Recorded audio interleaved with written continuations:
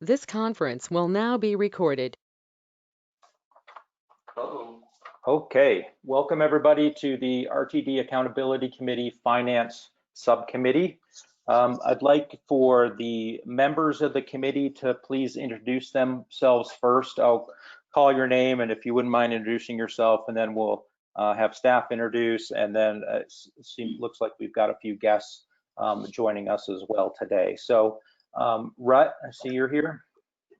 Here, present. Dan Blankenship. I'm here. Okay. Kristen Trustman. Present. Rebecca White. Here. And Commissioner Elise Jones. I'm here. It should be noted, I'm not officially a subcommittee member of this one, but I'll try to attend whenever I can. Thank you.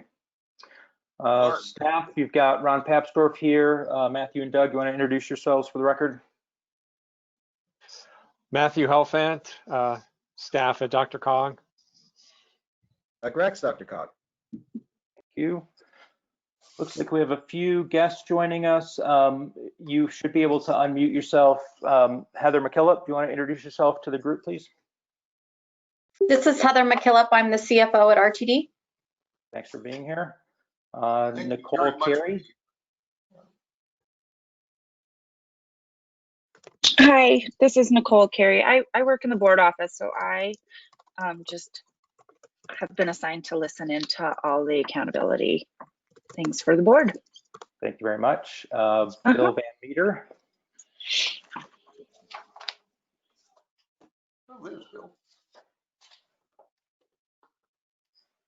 Bill, we're just doing some quick introductions. Bill, your mute's on and your video's muted.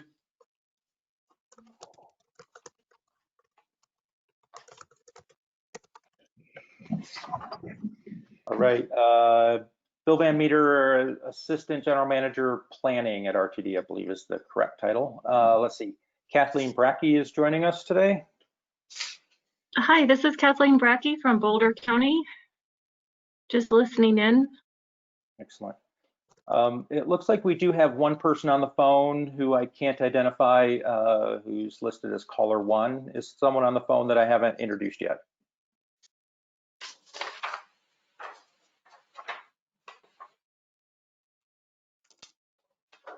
Okay, no fessing up there. All right. And sorry, Matthew.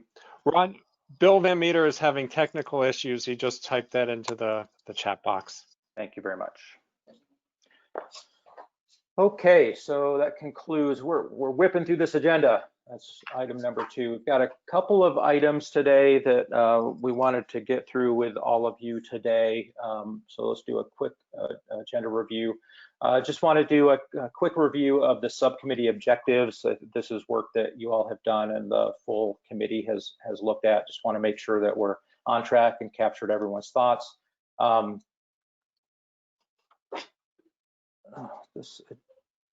did see one thing on there that I thought should have been on there. I think we talked about it, but that's a review of RTD statutes as they impact financial issues. I know, Elise, you had some good input on that last time we talked. And it seems like it's something that matters a lot. Yes, I think that's a good catch. Some of the limitations, for example, on what RTD can do with its properties affects, I think, potential revenues. And so I think it makes sense to be looking at that. Yeah. Mm-hmm.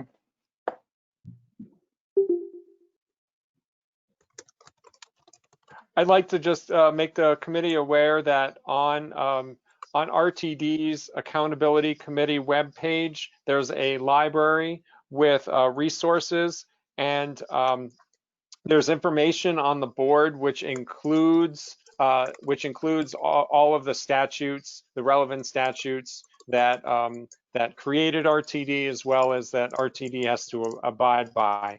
So that information is out there for everybody. Good. Great. Well, then we won't have to bug you for information. So I'm gonna apologize.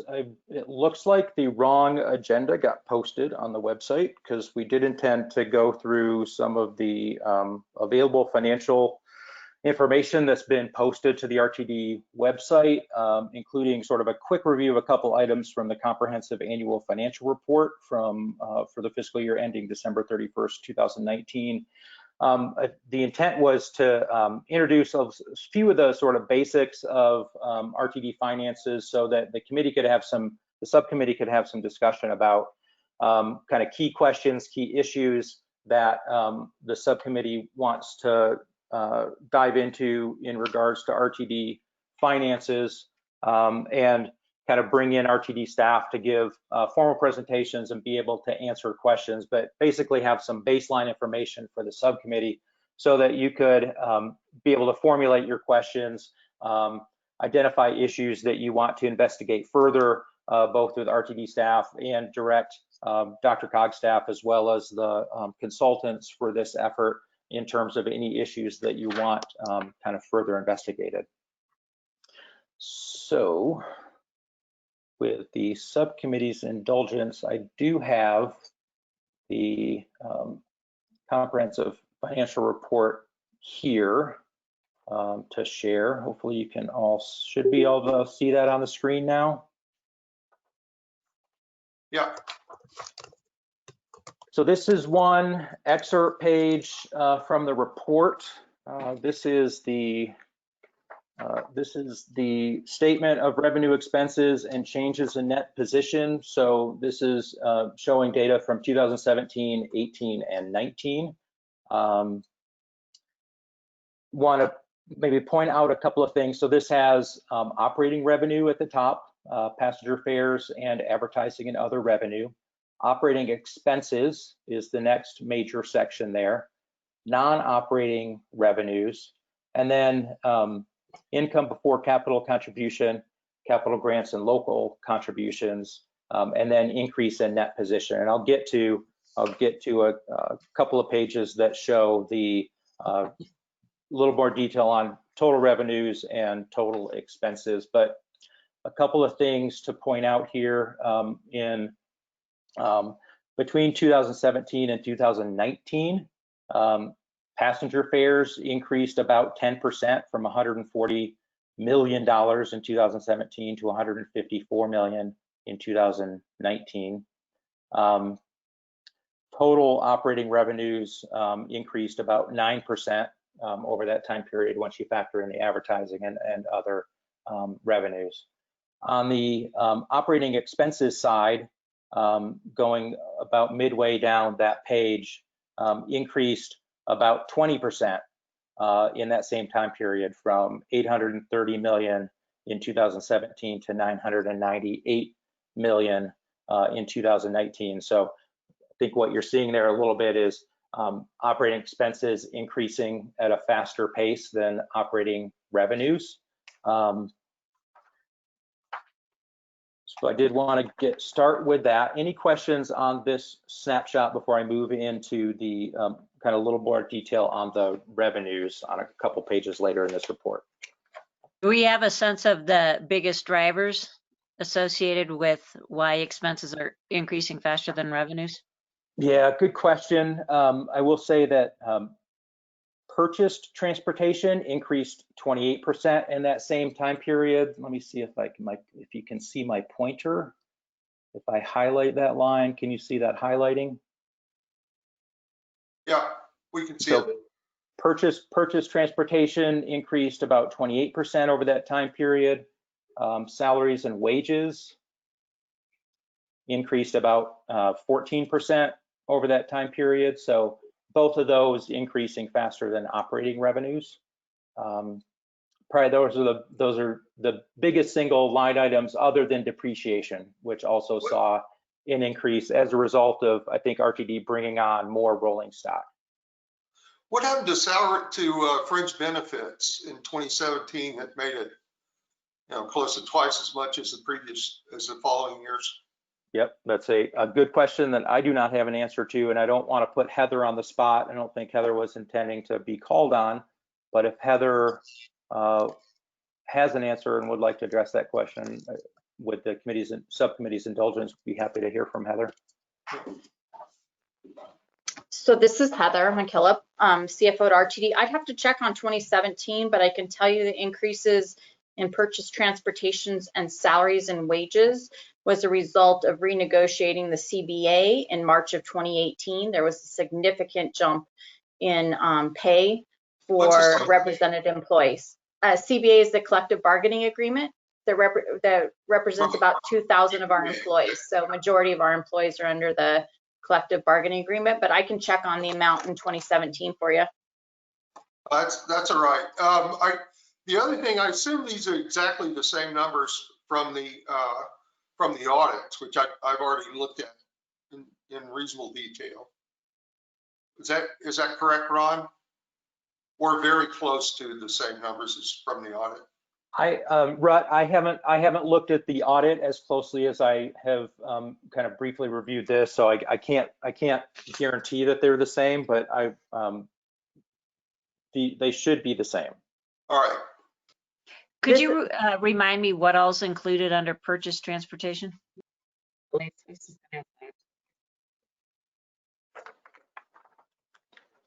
I have a description of that here. Is a large part of that disability or disabled community support? Accessoride? Accessoride and Do you want me to answer that? This is Heather. I'll start, Heather, and maybe you can add, because so it's contracted transportation services for bus, commuter rail, accessoride, and flex ride services. Is there anything else, Heather, that's not that I didn't mention that's included in that? Nope, and the large amount of that is fixed contracted services. Okay, right. Ron, I have a printout of this, but I'm not sure what page you're on. Can you give me the page number of what you're looking at there? Yes, this is page 26. Okay. Thanks, Rebecca. Got it. Okay. Yeah, I don't know how much this committee needs to dive into this right now. I think if we see things that we're going to have questions on, it may be better just to get back to you. There's some other things I at least have on a different list that I'd like to talk about. For I don't sure. know, how's the rest of the committee feel? Do you want to dive deep into all these numbers? What else were you gonna suggest instead, Rut? Well, I've been What are spending a lot of choices? time looking at the impact of, how we really turn it around. And it seems like COVID winds up being a very big issue. And there are, that's a big surprise, right? But there might be some things we could actually do to help in that area that RTD could do. And so I want to talk a little about that. I also saw in the governor's briefing that they're planning, if they don't have support for the following vehicles, if the vehicles are full, that may be discontinued, which I think could be a PR nightmare for RTD. So I did want to bring up a couple of points on that, and if there are any solutions to that. But I don't want to skip over all of this. There may be some critical points, but I don't necessarily want to spend our whole hour on it. No, and Rut, certainly that wasn't my intent. I just wanted to make sure that the members of the subcommittee had sort of a baseline understanding generally of, at a high level, sort of RTD's finances over the past few years. And obviously this all ends, this is all fiscal year ending December 31st, 2019. So prior to COVID, Right. But thought it would be valuable for the subcommittee members to at least have an understanding of the baseline financial situation of RTD. And then kind of as a way to prompt conversation about what are the big drivers, what are the big issues that this subcommittee really wants to investigate and dive into. And so 2019 is also the pre-COVID comparison year.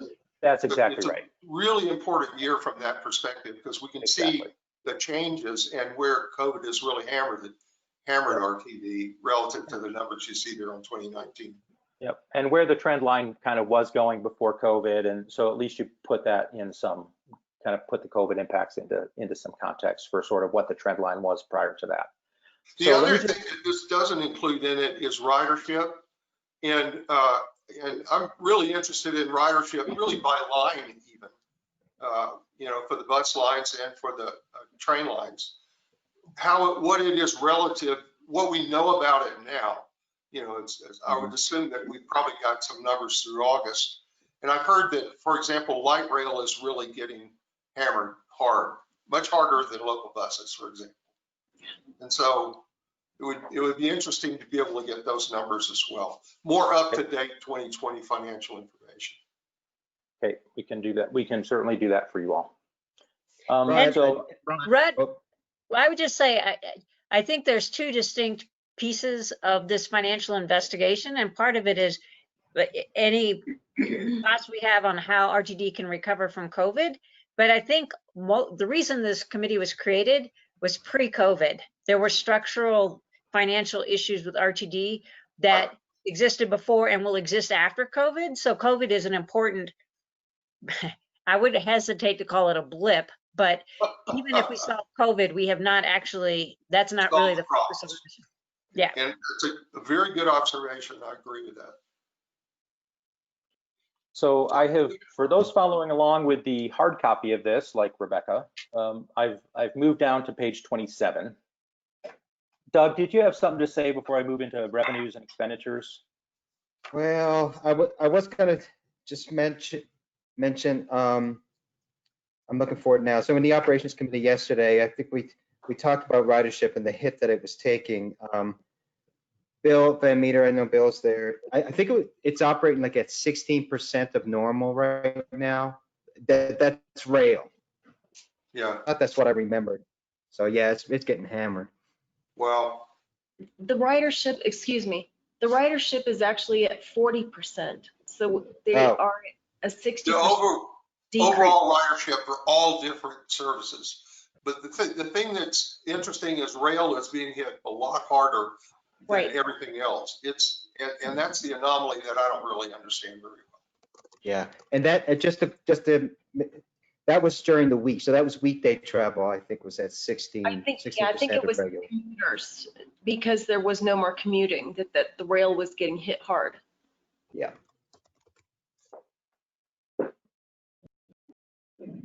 As you go through this, I think one thing I'm curious about is now that North Highland has been selected, and I believe we have access to give them assignments starting soon, right? Yeah. Yes, indeed. We need to be thinking about what more we want research, because isn't this one of their areas they can help us in is some of the financials?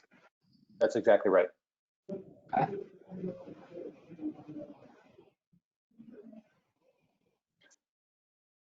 Okay, so on the revenue side, again, this is a little bit kind of pulling all of the revenue sources into one. So I'll just point out a couple of trends here from 2017, total revenues of $990 million, increasing to almost 1.1 billion in 2019. That's about an 8.6% increase, so almost a 9% increase in total revenues. Passenger fares during that time increased about 10%. Sales and use tax receipts increased about 10%. Capital grants and local contributions increased 44% over that time. So that's driving at least a share of that 8.6% overall increase in revenues. So you just want you to have a sense of sort of the major categories of revenue sources for RTD and sort of how they've changed over the last few years prior to this year. Rod, can I ask one quick question on that before you move on? Please do, Rod. The numbers for 17, 18, and 19, were new lines opening up and new bus lines and things like that? If you look at passenger fares, it's really dependent on how much rail you have and how much bus lines you have. So it's not normalized out of that. So if you look across, it looks like there's a big increase, but there should be or could be a significant additional operational increase to offset that. Yeah, someone from RTD can correct me. I believe within that time frame, the G line opened. think that would have been the only new rail line that opened up in 2017 through 19. Is that correct, Heather? We also had the R line. Thank you. Yeah. Matthew, your head's And- bobbing up and down too. And I And The think the southeast B extensions line, down south. the B, the R, and the G all opened in that time frame. Okay. So hopefully it increased its passenger fares. Okay. Thank you. Go ahead. Thank you. Good observation. And then if we go down to page 29 now, this is the report of expenses for those same 3 years as of December 31st of each of those years. So again, you'll see that total expenses from 2017, 899 million, rose to 1.2 billion in 2019. That's an increase of 33.7%, so almost 34%. So think back to total revenues increasing about 8.6% over that same time period versus expenses increasing over 33% during that same time period. Commissioner Jones, anticipating your questions, some major drivers. Salaries and wages increased 14% over that time period. Purchased transportation increased 28% over that same time period. Interest expense increased twofold, over 200% from 2017 to 2019. So pretty significant drivers. Depreciation increased. I think that's as a result of those lines opening up and new rolling stock coming on. Is that correct, Heather? That would be correct. And the interest expense, that's a huge increase. Is that because of the 3 new lines coming on that we started paying part of the bonds for, or what? It's 3 times as much as 2018 to 19. Anybody know? I'm sorry, which line, Rhett? The interest expense line from 2018 went from about 63,000 to over 200,000, which is more than a 3-fold increase. That seems like a real big anomaly. I believe that is largely result of the Eagle P3, kind of the addition, those lines coming on. So the G line is part of Eagle P3, correct, Heather? That is correct. Yeah, so as that line came on in this time period, there would have been increased interest expenses incurred by RTD. And that will be a recurring one going out for many years, I assume. That is correct. Most of our fast tracks debt goes out to 2045 and 2050. Debt is paid off on the base system in 2024, so it's almost paid off. So the majority of this is all in fast tracks. Okay. I wonder how many employees are there total, and did that increase significantly 2017 to 2019 with new drivers and such?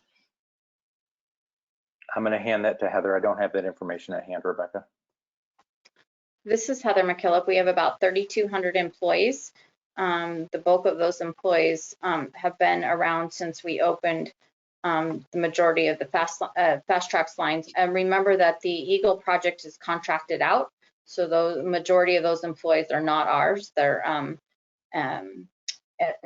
DTPs, as well as 50-something% of our fixed route that I alluded to earlier, purchase transportation, is contracted out. So the 3,200 are our employees. And we did bring on additional employees in 2018, 2019 for the N line, probably to the tune of around 120.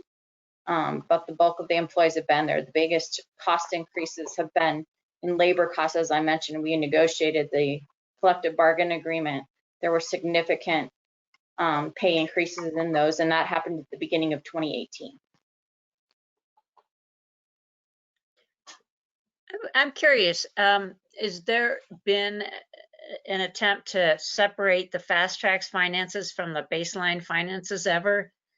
My sense is a lot of the mismatch between expenses and revenues are associated with the new fast tracks lines, or the fast tracks lines coming on and not being financially sustainable on their own, and a pretty heavy debt load that we're paying. But has anybody seen that analysis? Does that exist? So yes, it should exist in these, the CAFR. This is Heather. In the consolidated financial statements, we do divide them out by fast tracks and base system, and all of our documents on a monthly basis are divided out that way. I also recently been presenting since March to the board, our cash flows. They are specifically broken out between fast tracks and base. We are required to consolidate those in our consolidated financial statements, however, so you're seeing the consolidated amounts here, but they are broken out in this document also. So almost everything we provide is broken out between base and fast tracks, and your assumptions are correct about fast tracks.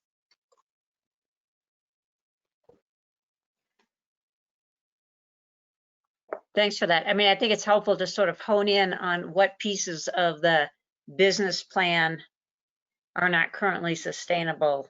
And it's a lot of the new light rail lines, I think, are what's largely driving the financial lopsided nature of the RTD books right now. If I could suggest, I can send to post on our site the information that we just presented to the board the last 2 study sessions, and that gives you a really good picture of that. That'd be That'd be great. Yeah.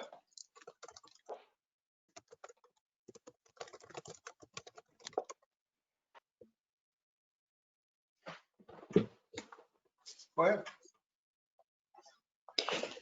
Ron? Yeah. So, yeah, sorry. Can I ask one more question? And this might be a naive question because I'm not a finance expert, but right now the cost to borrow money is pretty nominal. And I'm just curious, in terms of the debt load that RTD is carrying, how much of it is experiencing that low interest rate of borrowing versus years when it wasn't quite as good? And also, I saw that Fitch lowered the rating. There's a negative out on Fitch's assessment of some of our bonds and collective, joint agreement, COPs. So would you like me to answer that? This is Heather. Go ahead, Heather. Yeah. Both questions. Sure, I'll be glad to. So the very good question regarding the interest rates. In some of our earlier years, we did issue fast tracks debt when interest rates were quite high. And well, if you were alive in the 70s, not quite that high, but in the 5% range. So which is high for, the most recent past. So we have, over the last 5 years that I've been here, been refinancing that. We did have the option to do advanced refinancings up until the end of 2018, when the new tax law passed and we were no longer allowed to do that. If we refinance now and the bonds are not callable, then we do taxable debt, which we've done also, which is still a really good interest rate right now. There's barely a difference between taxable and tax exempt, depending on your credit rating, which ours is quite good. So we have been taking advantage of that. We've probably, over the last 4 years, refinanced to the savings of maybe $400 to $500 million. So significant savings over that period of time. So over probably between a 20 and 30 year period of time. I am currently considering 2 additional deals right now that would save us some additional money. Lately, I've been taking that savings up front to try to balance the budget over the last couple of years, particularly in this COVID situation. Regarding our interest rates, all of our interest rates during the COVID period have been maintained except for our COP rating that was just alluded to. It was downgraded by Fitch only. No, not Fitch. It was Moody's, I think. Anyway, it was one of the 3. All transit agencies were put on negative outlook by Standard & Poor's earlier in the year. They didn't even talk to us about it. Fitch, we at least had a presentation with. They moved us to a negative outlook, which isn't unexpected based on the current COVID situation, where a majority of our revenues are dependent on both sales and use tax, as well as fair revenue, which, as you guys discussed earlier, is down significantly. So wasn't unexpected. We were pretty happy. We've been able to maintain our ratings in this time with all the other raters, to include our senior bonds as well as COPs. So hopefully I answered all those questions. Does that affect our interest rates going forward? On COPs, it could. I have no intention of issuing additional COPs anytime in the next 5 to 6 years. So I don't think it'll have an impact. I'm more concerned about the senior bonds, as they're traded on the market on a pretty regular basis, and that has been maintained. So it could in the future, but my expectation would be by the time we ever issued COPs again, that our rating would be up again. Let's hope so. Yeah, I hopefully, as long as I'm here, we won't be issuing additional debt. I think there was a comment made, and I think I've been quoted in the past as saying we're definitely over leveraged at this point in time. There was a definite policy in the past to issue as much debt as possible so we could build out the lines as fast as possible. But that has left us in a situation where the cost to pay our debt as well as operate those lines far exceeds the amount of sales and use tax and fair revenue that we get. Yeah. So since you all are talking about debt, debt and interest payments and principal payments obviously is a significant budget driver for RTD. I did move down to page 33 that does indicate the outstanding debt for 17, 18, and 19 through the end of 2019. And I would just say this is in billions, right? So it's 3.3 billion, not, somebody mentioned thousands and millions earlier. So I just wanted to clarify. This one it's is a little billions. larger than that, unfortunately. Yep. And then Heather, quick question. So is there I haven't come across, is there a full breakdown of all of the specific debt issuances and sort of the interest rate and principal and interest payments on all of those all those various debt instruments? Yes, so I can send you that link. Also, I can post that on our, our process that we have going with you guys. But just to let you know, if anybody wants to see the interim, if they go to our website under policies reports, and I think it's under reports at the very bottom, we have a whole investor web page that we developed a couple years ago that lists all the pertinent information that we post to what we call Emma. Emma is the place where you have to list all of your disclosures and everything else. So we post that there. We've been complimented on that by the rating agencies and our investors, particularly institutional investors go there quite often. So all of that information is listed there, but I will send you the links, Ron, so you can, or Matt, I think is who we're sending to. Yeah. We're posting them on that website that everybody has access to. But if you're just dying to look at it in the interim, it's on the front page of our website. Thanks, Heather. And then maybe just one follow-up question. Where does RTD stand in terms of statutory debt limit? So we have issued all the debt possible on the base system. And as I mentioned, that is going to be paid off in 2024. We also then lose our ability to be de-Bruced on the base system. So that is a situation the board is going to have to grapple with in the next couple of years. On fast tracks, the debt's outstanding currently between 2045 and 2050. And as far as outstanding limitations, I believe we have a couple $100 million, it might be closer to 300 million with today's interest rates, the principal remaining under fast tracks that we could issue if we were able to, but we have committed to the rating agencies that we would not do that anytime soon, as we do not have the ability to repay that debt, operate a new facility, or in the case of our bond covenants, the board has a fiscal policy, which I believe we posted also out there, but if not, I'll double check. The fiscal policy says that we'll keep 1.2 times debt service coverage in operations, which we do not have at this current time. So right now we're not meeting that policy, so it would be detrimental for us to issue additional debt at this time. Yeah, I certainly was not suggesting that RTD do that. I just want the subcommittee to have a sense of where you are in terms of that kind of the debt limitation, and understanding that sort of a big limitation to RTD issuing more debt is the ability to actually service that debt. So. That is correct. And I'll make sure you guys have the fiscal policies out there too. I can't remember if I posted that or not yet. So. Thank you very much.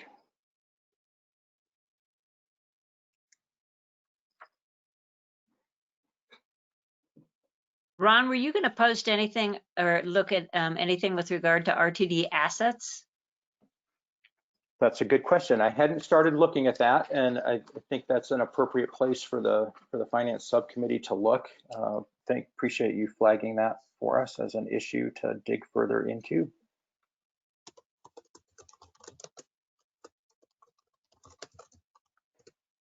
Like my key objective for today's meeting was to sort of surface some of these issues that the members of the finance committee want us to information we want us to collect, analysis that you want us to do, and so that we can kind of get you the information you need to address the issues that you've said you want to investigate.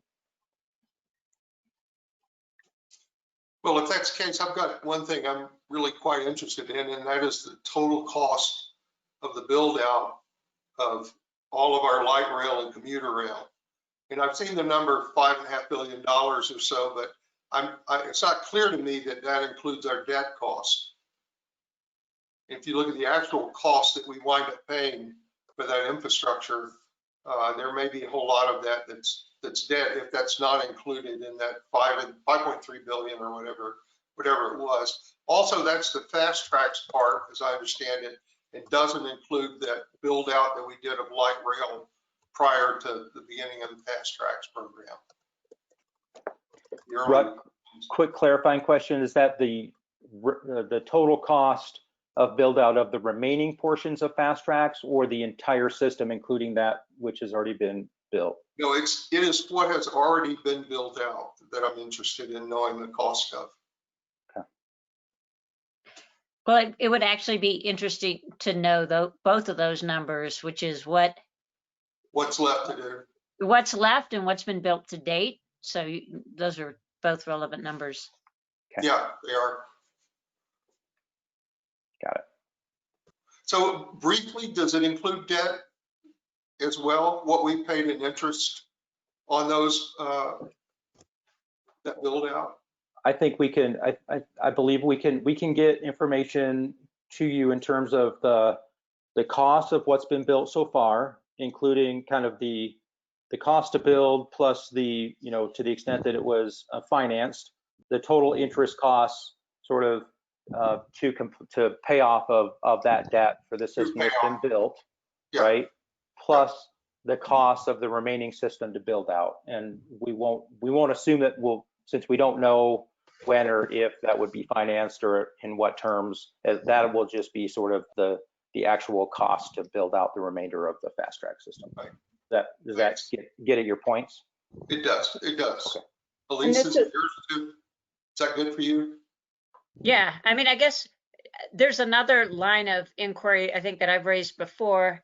I mean, we have to figure out how to deal with the current debt issue, but also the unrealized portion of fast tracks and figuring out what we do about that. It would be helpful to know sort of, we had wanted the information by county, and so far what we've gotten from RTD isn't able to be as fine grained as that, because good half to a third of the number can't be assigned by county.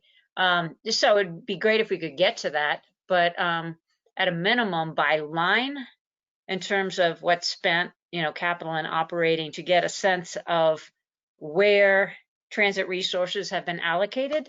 And so this sort of gets to the whole regional fairness issue as we sort out what to do about resolution of the uncompleted fast tracks corridors. I think we're going to need to know those numbers.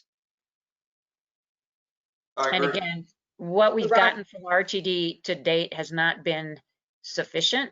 No offense to RTD, but it's in particular, the debt couldn't be assigned, so it was just too big of a number to be meaningful. That was unassigned.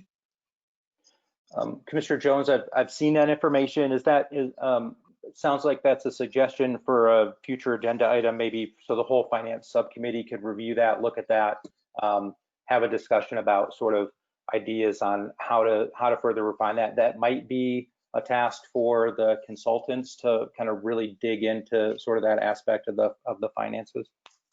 Yeah, I mean, I think it could be a good assignment for the consultant. I don't know if it's helpful for the subcommittee to discuss it with. I know that Boulder County staff have looked at this extensively, so we're not starting from scratch on this, but either a subcommittee discussion or kick it to the consultant, either way, happy to help inform that process from what we know so far. Maybe I'll suggest that Matthew and I reach out to you and get connected with the Boulder County staff that have looked into that pretty extensively, and we can kind of investigate a path forward. That would be great. Kathleen Brackey and Alex Hydewright are the two staffers in particular, but I'll connect you with them. Thank you. I think I can find Kathleen and Alex. Thank you. This is Heather McKillop. I also have the unfunded corridor report for fast tracks that we did last year, which describes the cost of all the corridors and some options to potentially complete those corridors. That particular report is, as you can imagine with COVID, a bit out of date as far as the funding mechanisms that might be available or financing mechanisms, but as far as describing the corridors and the issues, we will provide that report if we have not already.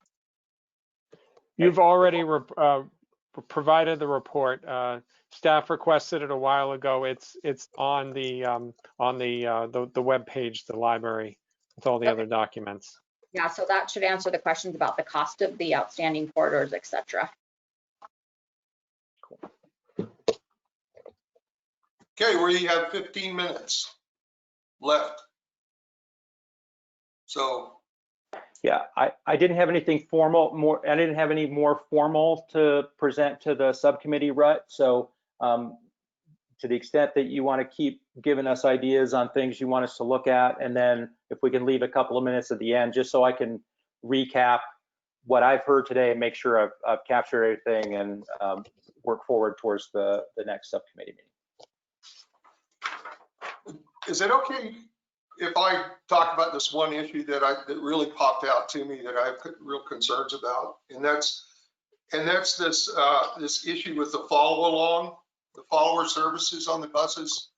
That population, they tend to be the people that we're looking at on those lines. They're really very transit dependent people, and leaving a lot of those people standing at the bus stops because we're not doing the following service anymore, because, we're looking at, I keep hearing numbers like 2/3 of the space on the buses with social distancing. But if you look at standing room also on buses and on the light rail, it's below 20% of the seats that actually are available if we strictly adhere to the social distancing issues. So there's got to be a lot of buses that are filling up pretty fast, especially on lines like Colfax and Broadway and Federal. And so, I have this vision of these stories pouring out of, everything from Westward to Sun and Colorado Public Radio and Denver Post, showing these people standing left that can't get to their jobs. And it isn't just the impact on RTD, it's the impact on the whole economy. When you have people that suddenly can't get to their jobs, that have been transit, depending on RTD and transit to get there. So I was really concerned to see that comment that unless there's a new CARES Act, we will no longer be able to provide follower services when buses reach capacity constraints. And so that's one I hope that the RTD staff will take a closer look at, because This is Heather McKillop. Do you want me to address that right now? I think I can answer that question. great. So currently what we do is we are running our Saturday, Sunday service. So we do have follower buses out there because there are certain corridors, as you mentioned, Colfax, Broadway, the 120, those type of ones that are still pretty heavily traveled. And so because of the social distance, we are providing follower buses when needed. When we go to the change that we're proposing that came out this week for the January service, we are actually realigning those services to put additional services on those particular lines where we're seeing the need for the follower buses. So those, in theory, the follower buses would not be required because there will be additional frequency and buses in those particular corridors.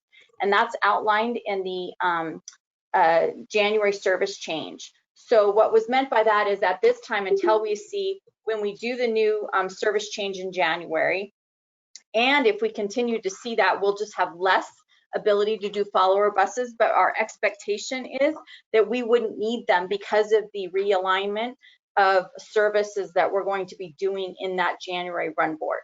So I think there was a little bit of a misunderstanding. Now, that doesn't mean that might not happen and that we'll have to address it at the time. But right now, because we didn't relook at where people were riding for the current service, we are having to do those follower buses. When we do the January run board, the idea is we will have addressed that additional capacity needs through the actual service change. Great. That gives me much more comfort. I just think that's something we're going to have to keep monitoring and make sure that we don't wind up with a lot of people standing at the bus stops who couldn't fit on. Agreed. And we have a process to do that now on a bus by bus basis. So we will continue that process going forward. Great. Thank you, Heather.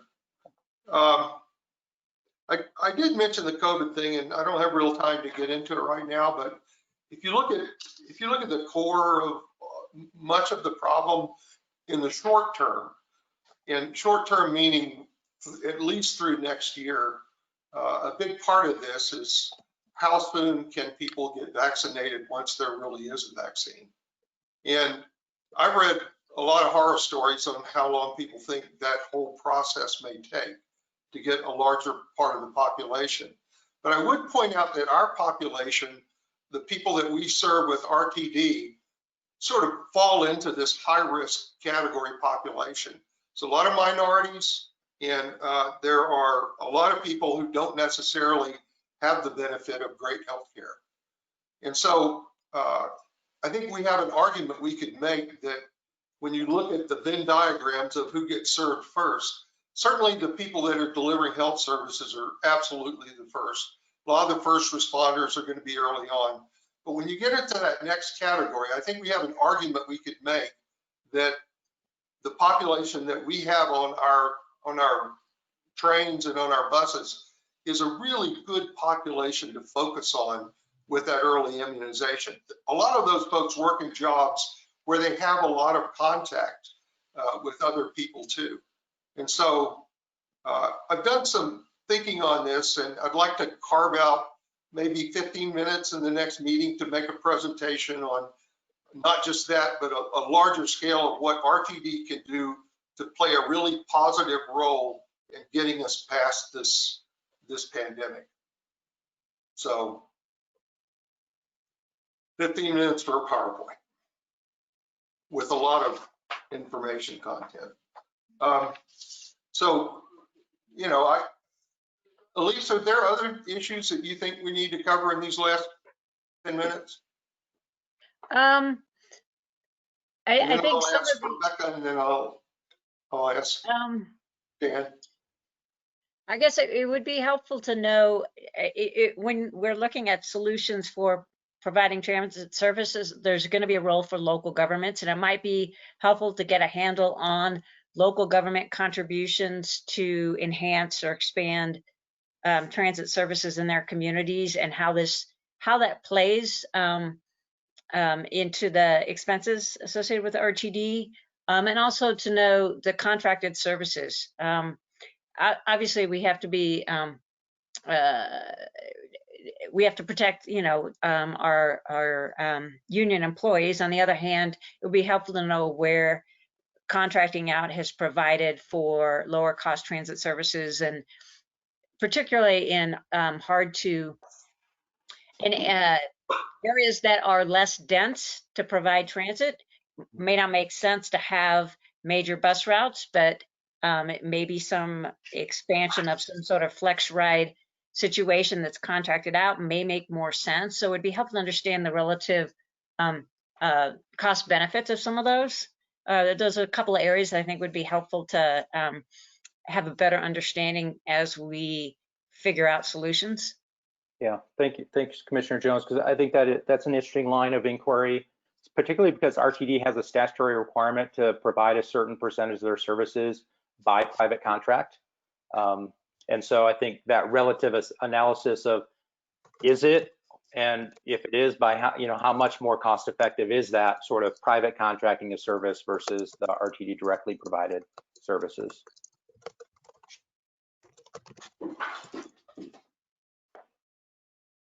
Yeah. Rebecca, do you have thoughts? A couple of things. You mentioned you'd found the audit reports. I haven't been able to find them, and I'd love to see those. Are those indeed posted? They should be in that, that link that I sent recently? Yeah, I'm looking at it right now. So there's a whole bunch of different categories that you can go into from that link. I think okay. I think they're in there somewhere. But I tell you, if you contact Matthew, I'm sure he can send you exactly to. I could probably use some help with that. The other thing. 4 or 6 years of 2-year financials comparison. Go ahead, Rebecca. Okay. The other thing I'm interested in, but I want the committee's viewpoint as well, is just sort of a comparative analysis of salaries and compensation across looking at a couple other services in other states. And if that's something North Highland could do, it's something I'm interested in. Was there a salary survey that RTD was doing? Did I see something about that somewhere? You would think they would automatically do that. So this is Heather McKillop at RTD. So every 5 to 10 years, we do a salary survey and a compensation and classification analysis. That RFP went out earlier this year. I think it closes today or next week. And we should have the results sometime in the spring. So it's a very comprehensive one. It includes looking at all our classifications as well as compensation. And we have them look at not only the Denver market, but transit agencies of comparable size as it relates to financials too. So that should be available sometime in the spring because we haven't hired them yet. I don't know. I don't have the schedule yet. So. Can we get a preliminary of that whenever you get one, Heather? Because we shut down in I think the end of July. So if it gets to us at the end of spring, we don't have much analysis time. Yeah. Also, I can make sure we get you the scope of work because that's public information right now. So if you guys would like to see the scope of work, we can provide that also. Heather, when was the last one done? And do you automatically set your salaries based on that? So the last large one was done, I don't know the exact date, but it was a considerable amount of time ago. But every year we look at both, we use Mountain States and we use the Utah, it's called the UTA, which is what most transit agencies use. It's a collection of all of us that respond to surveys from transit agencies across the country. So we, again, both Mountain States and UTA survey provides the information on a yearly basis, and that's what we use to benchmark in between large compensation studies, because these large studies are quite expensive, whereas we get those on an annual basis as long as we contribute to the surveys. But we have a large study coming out in the spring. Is that correct? That is correct. Heather, are the annual reviews through Mountain States and UTA, can they be made available to the subcommittee? I will need to check on that. I think we agree not to release that information, but let me check on that. I don't know that for sure. So let me get back with you, Ron. Thank you. I think that would be helpful, since the last full sort of salary and compensation survey was done, as you said, several years ago, and the new comprehensive one won't be done until spring. At least those kind of annual broad surveys might provide some assistance to the subcommittee in the. Yeah, let me check on that for you. Thank you. You haven't had a chance to put any last questions, comments, observations? I was just going to say that the American Public Transportation Association does a salary review on an annual basis, makes it available to all of the participating agencies in the association. So that might provide some benchmarking, because they look at system size and employees and budget and all that sort of thing. Yeah, and Dan, this is Heather. I think they did not, I was looking for that. They did not do one in 19 and 20. I think the last one they published was 18. So I'll go back and look at that again, but I'm pretty sure I'm on the HR committee, and for some reason I can't remember why they didn't do that. But let me double check that. But I think the last one we have is 18 there. Is 18? Okay. 2018, January Yeah, 2018. I know that we provided some information this year to the folks at APTA, and so it may be available. Just check it out. Can I ask a related question? It's not about salaries, it's about positions. Has there ever been an assessment of sort of staffing structure comparing RTD with other peer agencies? I'm thinking probably more of the upper levels of the organization than sort of drivers. I have looked at it. This is Heather McKillop, sorry. I have looked at it when I came here. There is so much discrepancy between how transit agencies are structured, especially between regional and ones that roll up to a county. So that's hard to do. But one of the things we are looking at is our classifications to make sure they're consistent with not only other transit agencies, but also with the market, because we find sometimes in transit that we use very specific nomenclature that when people apply for jobs, they don't know exactly what they're applying for. So that's one of the things that we're looking at in this particular is our classifications. The consultants could do a peer group analysis and use National Transit Database information to kind of just compare RTD's overall efficiencies with other systems of similar size. They're not apples to apples, but at least it would give you some sense of its efficiency compared to its peers in the major urban areas. I like that idea. Okay. Yeah. I want to be sensitive to everyone's time. We're at 3 o'clock, but I don't want to cut off a good conversation either. So. No, Ron, go ahead. You had some last questions. So I just want to make sure I capture everything. Just do a quick rundown. I know information about sort of ridership, which I know operations is going to be digging into, but probably helpful to this subcommittee as well. So we'll compile that information. The kind of employee and overall sort of employment and organizational structure of the organization. I know really digging into the base system versus the fast tracks finances. We'll compile and collect that kind of information. The issues related to sort of debt and financing costs that RTD is incurring, kind of pull that together. And then I have an investigation into sort of assets, RTD assets and their impact on RTD's finances. Really the detailed look at sort of the cost of building the system, the fast track system to date so far, total cost, and then the cost of the remaining system build out. kind of companion issues about how to deal with the current debt situation and the capital and operating costs of the system, and further discussion about the geographic analysis, the initial geographic analysis that RTD has done, and we'll figure out how to dig into that a little bit deeper and try to get at some of those issues that Commissioner Jones raised. I think we talked about the follow-along vehicles. I didn't get a sense that there was more to do on that one yet, given Heather's question, the staffing structure issues, and then obviously the costs and the salary costs related to that staffing and staffing structure issues. We've got Rutt's idea for the COVID-19 short-term impacts and the presentation at the next meeting he'd like to give to the subcommittee.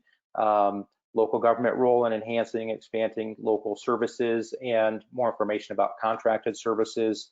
And I think I've already talked about sort of salary surveys and comparison to peer agencies. I think I captured anything. If there's something I missed, let me know or email me and Matthew, and we'll make sure we get it on the list.